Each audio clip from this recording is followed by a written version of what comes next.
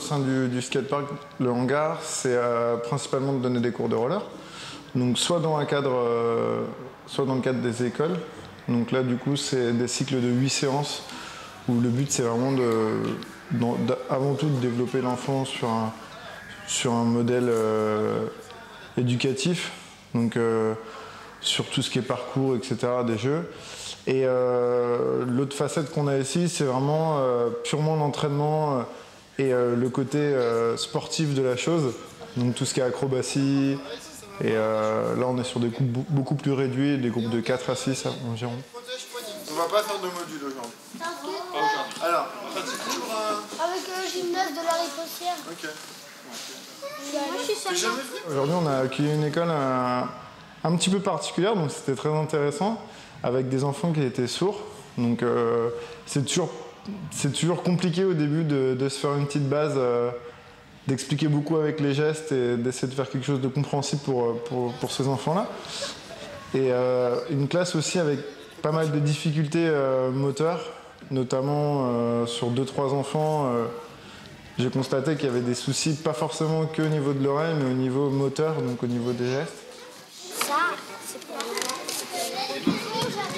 On a un objectif, notamment sur les écoles, d'avoir ce rôle éducatif du roller pour tous, en fait. C'est-à-dire que notre but, c'est que l'enfant il sorte du skatepark, il arrive à pratiquer en toute sécurité, que ce soit dans un milieu urbain ou au sein de notre propre skatepark. Donc nous, on travaille beaucoup là-dessus, sur la sécurité, la mise des protections, le respect des camarades, le respect des lignes de sécurité dans un skatepark. On insiste beaucoup là-dessus. En milieu de cycle, on a ce qu'on appelle une mallette pédagogique. Et on présente la mallette pédagogique. Et c'est fait pour sensibiliser les enfants au respect, aux devoirs qu'ils ont de la pratique du roller, mais ça ouvre sur tout en fait.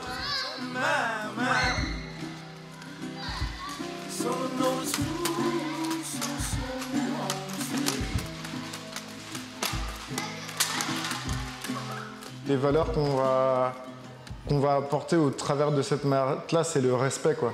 C'est le respect de ses camarades, le respect du matériel et le respect de la pratique sportive à proprement parler, quoi.